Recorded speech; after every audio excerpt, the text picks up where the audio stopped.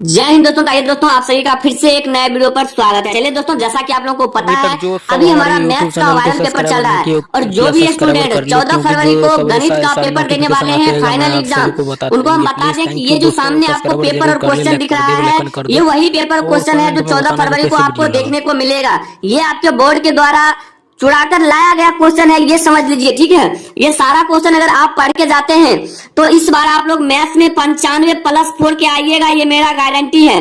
और जो स्टूडेंट अभी तक मैथ्स में कुछ भी नहीं पढ़े हैं और डर रहे हैं कि मैथ्स का हमारा पेपर कैसा होगा, क्या आएगा नहीं आएगा, तो हम उनको बता दें कि इस बार आप लोगों को डरना नहीं है, क्योंकि मैथ्स का पेपर आ ही गया है। केवल आप लोगों को पढ़ना है, पढ़ लीजिए और 14 फरवरी को धो देना है मैथ्स के पेपर को। जैसे ही ऑब्जेक्टिव ये क्वेश्चन समझ में आ जाए, सामने आ जाए, क्वेश्चन को उड़ा डालना है। ठीक है, तो इस बार कमजोर से कमजोर स्टूडेंट जो अभी तक कुछ नहीं पढ़े हैं, ये 15 से 20 दिन में पढ़ के पूरा मैथ्स को कंप्लीट कर सकते हैं। ठीक है, तो ज्यादा आप लोगों को शोरगुल नहीं करना है, गौर से क्वेश्चन देखिए, सारा क्वेश्चन सॉल्व करवाएंगे और समझिएगा। तो 10 तक हमने कंप्लीट कर दिया है, ये मेरा दूसरा वीडियो है। क्वेश्चन नंबर 11 से श्री गणेश करेंगे। ठीक है, बेवजह आपको इधर उधर नहीं फंसना है, सारा क्वेश्चन पढ़ लीजिए। बोला गया यदि अल्फा बीटा द्विघात बहुपद a plus B x plus C x square के शून्यक हो तो अल्फा प्लस बीटा का मान क्या होगा। पहले जो ये दिया गया है इसको सही फॉर्मेट में लिख लीजिए। ये हमारा हो जाएगा c x square plus B x plus a, ये हमारा एक सही फॉर्मेट हो गया। और आप लोग जानते हैं कि अल्फा प्लस बीटा जो होता है वो हमारा माइनस बी बाय ए होता है। ठीक है, आप देखिए माइनस और बी का मान कौन होता है, जो एक्स का गुणांक होता है, यानी बी ही है। और ए का मान जो होता है एक्स स्क्वायर का गुणांक कितना है, सी है, यानी कि कितना निकल गया, minus b by c. Minus b by c option number क्या हो जाएगा, ए आपका बिल्कुल राइट आंसर होगा। ठीक है, चलिए उम्मीद करते हैं समझ गए होंगे। अगला क्वेश्चन देखिएगा, क्वेश्चन नंबर 12। बोला गया है कि यदि त्रिघात बहुपद 2x³ plus 3x square minus 5x minus 2 के शून्य अल्फा बीटा गामा हो तो अल्फा बीटा गामा का मान क्या होगा। दोस्तों ये आपके बुक का क्वेश्चन दिया गया है। ठीक है, तो अल्फा बीटा गामा का मान क्या होता है, तो देखिए अल्फा बीटा एंड गामा का मान जो होता है ये होता है माइनस डी बाय ए, ये हमारा एक फॉर्मूला होता है। ठीक है, चलिए हम यहाँ से क्या करते हैं, फॉर्मूला का अप्लाई करते हैं। माइनस डी का मान कौन हो जाएगा, तो ए बी सी डी यानी -2। ठीक है, और ए का मान होगा कौन, जो x³ का गुणांक है 2। अब यहाँ से देख लीजिए -2 प्लस 2 हो जाएगा 2/2 यानी कि 1। कितना निकल गया, 1, यानी कि ऑप्शन नंबर बी आपका बिल्कुल राइट आंसर होगा। ठीक है, इस बार याद रखिए 14 फरवरी को एक भी मैथ्स में क्वेश्चन छोड़ के नहीं आना है। चलिए आगे बढ़ते हैं। क्वेश्चन नंबर 13 है दोस्तों। बोला गया है कि यदि px बराबर qx इंटू जी एक्स और px का घात कितना है, 4 है, और gx का घात 2 हो तो px बट्टे gx का घात क्या होगा। काफी आसान क्वेश्चन है। px का घात भी हमको दे दिया गया है, कितना है 4। ठीक है, बट्टे gx का घात कितना है 2। अब पहले क्या कीजिए, ऊपर जो 4 है इसको 2 के फॉर्मेट में लिखिए, 2 का स्क्वायर और नीचे 2 ही है, पावर में 1। अब बताइए यहाँ से क्या करेंगे कि 2 से 2 माइनस करेंगे, या ऐसा कीजिए जो ऊपर में पावर है 2 और नीचे में जो पावर है 1, ये घात जो है दोनों को माइनस करेंगे तो 2 में से 1 जाएगा, कितना हो जाएगा 1, यानी कि ऑप्शन नंबर सी आपका बिल्कुल राइट आंसर होगा। ठीक है, चलिए आगे बढ़ते हैं। अगला क्वेश्चन देखिएगा, क्वेश्चन नंबर है 14 आपके सामने। देखिए क्वेश्चन नंबर 14 है, सारा क्वेश्चन पढ़ के जाइएगा। इस बार मैथ्स में 95+ लाना है, झंडा लहरा देना है। यदि q एक धनात्मक पूर्णांक है तो एक धनात्मक विषम पूर्णांक का रूप क्या होगा। विषम पूर्णांक का रूप याद रखिएगा, विषम बोला गया है। तो देखिए यहाँ पर q का मान जो है अपने मन से 1 2 3 इसी तरह से डॉट डॉट ले लीजिए।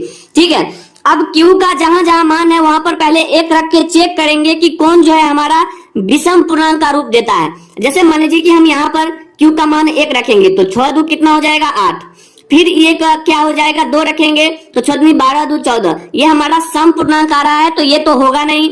यहाँ पर रखिए q का मान 1 रखेंगे तो 6 1 6 3 9, फिर 2 रखेंगे 6 दूनी 12 3 15। अब इसी तरह से आगे देखिए ये हमारा क्या है, विषम पूर्णांक है, तो ऑप्शन नंबर बी ही हमारा क्या होगा, बिल्कुल राइट आंसर होगा, क्योंकि हमको बोला था कि विषम पूर्णांक का रूप। लेकिन आगे यहाँ भी चेक कर देते हैं, q का मान 1 रखेंगे तो 6 4 कितना हो जाएगा 10, फिर 2 रखेंगे तो 6 दूनी 12 4 16, ये हमारा सम पूर्णांक है। अगर यहाँ पर रखेंगे 1 तो 6 हो जाएगा, 2 रखेंगे 12 हो जाएगा, 3 रखेंगे 18 हो जाएगा, यानी ये भी हमारा सम है। हमको बोला है विषम पूर्णांक, तो ऑप्शन नंबर बी में हमारा विषम पूर्णांक आ रहा है, इसलिए ऑप्शन बी हमारा बिल्कुल राइट आंसर होगा। ठीक है, चलिए अगला क्वेश्चन देखिएगा, क्वेश्चन नंबर 15। बोला गया कि बहुपद 3x³ minus 5x² minus 11x -3 का घात क्या होगा दोस्तों? घात बोला जाता है जो चर के पावर में अधिकतम हो। तो चर हमारा x हो गया, इस x में देखिए कि सबसे अधिक पावर किसका है, तो आप कहेंगे 3 है, तो बिल्कुल आपका 3 ही राइट आंसर होगा, ऑप्शन नंबर बी। इतना आसान क्वेश्चन, इससे आसान क्वेश्चन बोर्ड और क्या पूछ सकता है, ठीक है। तो चलिए आगे बढ़ते हैं क्वेश्चन नंबर 16 की ओर। क्वेश्चन नंबर 16 है दोस्तों, बोला है किसी द्विघात बहुपद के शून्यक यदि 1 एवं 1 है तो द्विघात बहुपद ज्ञात कीजिए। देखिए दो शून्यक जो दिया गया है ये हमारा अल्फा का मान है, एक अल्फा बराबर 1 है, एक बीटा बराबर 1 है, ये हमको 2 दिया गया है, ठीक है।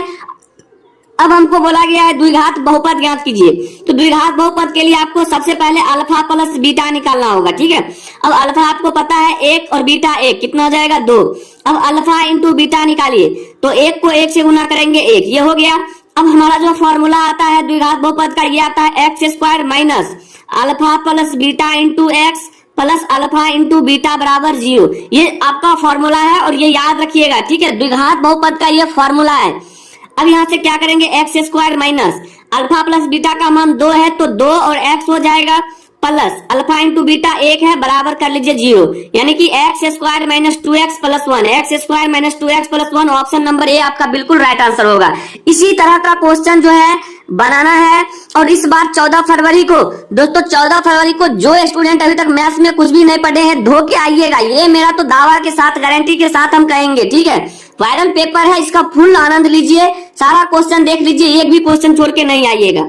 17 में बोला गया है कि निम्नलिखित में कौन यौगिक संख्या है। देखिए ये नया क्वेश्चन आ गया।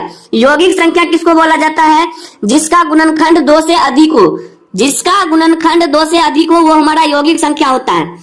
अब कहने का मतलब ये हो गया कि वैसी संख्या जिसमें 2 या 2 से अधिक, मतलब 2 से अधिक संख्याओं से भाग लग जाए वह हमारा यौगिक संख्या है। अब 13 में या तो 1 से लगेगा या तो 13 से लगेगा, इसके अलावा किसी भी संख्या से भाग नहीं लगेगा। 23 में देखिए या तो 1 से लगेगा या तो 23 से लगेगा, तो इसमें केवल 2 ही गुणनखंड निकल रहा है, 2 से अधिक गुणनखंड जो होगा वही हमारा यौगिक संख्या होगा। ऑप्शन डी देखिए या तो 1 से लगेगा या तो 17 से लगेगा, लेकिन 32 में जैसे ही आते हैं तो ये 1 से भी लगेगा, 2 से भी लगेगा, 4 से भी लगेगा, 8 से भी लगेगा, 32 से भी लगेगा, यानी कहने का मतलब 2 से अधिक गुणनखंड हो गया, इसीलिए ये ऑप्शन सी हमारा क्या है, यौगिक संख्या है, ठीक है। चलिए अगला क्वेश्चन है क्वेश्चन नंबर 18 आपके सामने। बोला गया निम्नलिखित में कौन सा युग्म सहअभाज्य है। अब ये सहअभाज्य क्या होता है, तो सहअभाज्य उसको बोलते हैं कि जो भी संख्या दिया गया है उसका एचसीएफ कितना होना चाहिए, एचसीएफ हमारा 1 होना चाहिए। एचसीएफ जो भी संख्या का 1 हो गया वो हमारा सहअभाज्य है, को प्राइम नंबर है, को प्राइम फैक्टर है, ठीक है। देखिए 14 और 35 का हमारा जो है एचसीएफ कितना निकलेगा, तो 7 निकलेगा, ठीक है। कितना निकलेगा, 7। उसी तरह से 18 और 25 का कितना निकलेगा, 1। आप एचसीएफ निकाल सकते हैं।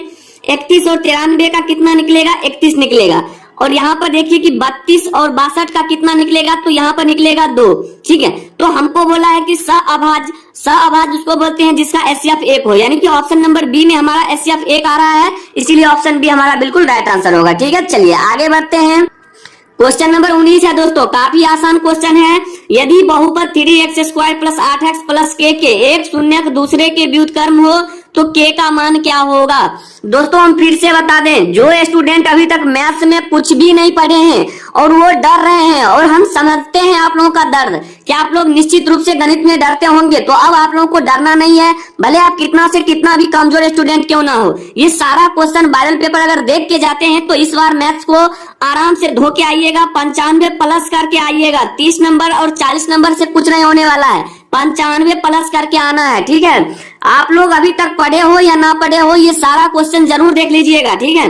चलिए यहाँ पर बोला है कि शून्यक जो है एक दूसरे के व्युत्क्रम हो, के का मान क्या होगा। कहने का मतलब अगर अल्फा बराबर अल्फा है तो बीटा हमारा क्या हो जाएगा, 1/, अल्फा, क्योंकि ये एक दूसरे का व्युत्क्रम है, ठीक है। अब अगर हम यहाँ से अल्फा इंटू बीटा निकालें तो आप जानते हैं कि अल्फा इंटू बीटा बराबर क्या होता है, c/a होता है, ठीक है।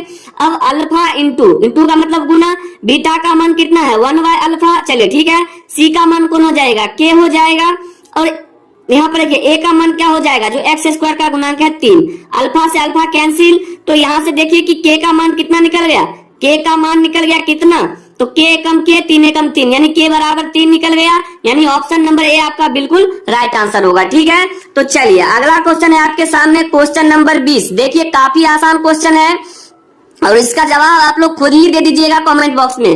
बोला यदि A1 बट्टा A2 बराबर है B1 बट्टा B2 बराबर है C1 बट्टा C2, तब समीकरण निकाय इतना बराबर 0 और इतना बराबर 0 का कौन सा हल होगा।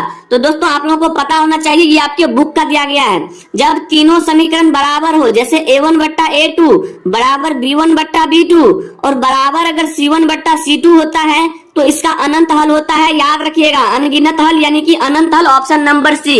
तो दोस्तों उम्मीद करेंगे कि ये 20 क्वेश्चन आप लोगों को कंप्लीट समझ में आ गया होगा। अगर समझ में आ गया है और चैनल पर पहली बार आए हैं तो चैनल को सब्सक्राइब कर लें, ताकि इसी तरह से सभी सब्जेक्ट का वायरल पेपर आप लोगों के पास पहुंच जाए और इस बार आप लोग 400 प्लस नंबर अचीव करिएगा। ठीक है, तो चैनल पर पहली बार है तो चैनल को सब्सक्राइब कर लें, ताकि वीडियो आपके पास पहुंचता रहे और आप लोग तैयारी करते रहे, क्योंकि समय कम है। 14 फरवरी को आप सभी का मैथ्स का पेपर है। ठीक है, इस बार कमजोर से कमजोर स्टूडेंट भी जो अपने कोचिंग में कभी अच्छा नंबर नहीं लाए हैं, वो भी स्टूडेंट इस बार मैथ्स में 95 फोड़ के आएगा। तो उम्मीद करते हैं ये सारा चीज आप लोगों को समझ में आ गया होगा। जो भी क्वेश्चन बच गया है अगले वीडियो में बताएंगे।